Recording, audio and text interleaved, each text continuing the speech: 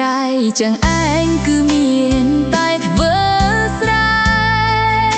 មិនដែលស្គាល់ទេទីក្រុងដ៏ស្កឹមស្កៃក្រមុំចន្ទបុតគ្មានគេបែកតីធ្វើតែស្រែលើដីស្បែកខ្មៅត្រូវថ្ងៃរាប់ខែ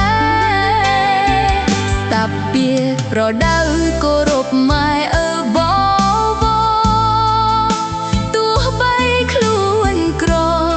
ដ៏ខំធ្វើស្រែ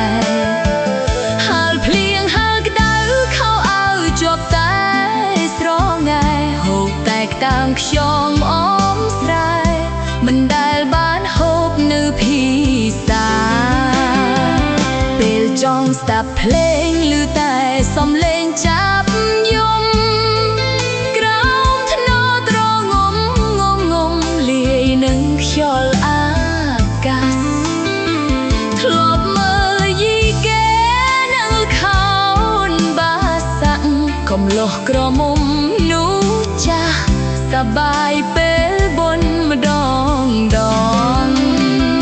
ស្រុកស្រែចឹងឯងគ្មានទេថយយន្តល្អមានតែទីគូសំបូកាញ់ជើលអីដល់ពេលល្ងាចយប់ឡើងគ្មៀតខ្មៃស្រែកច្រៀងគៀងគោមាន់ទាក្របីសំឡេងលាន់លឺឡើងពេញភូមិ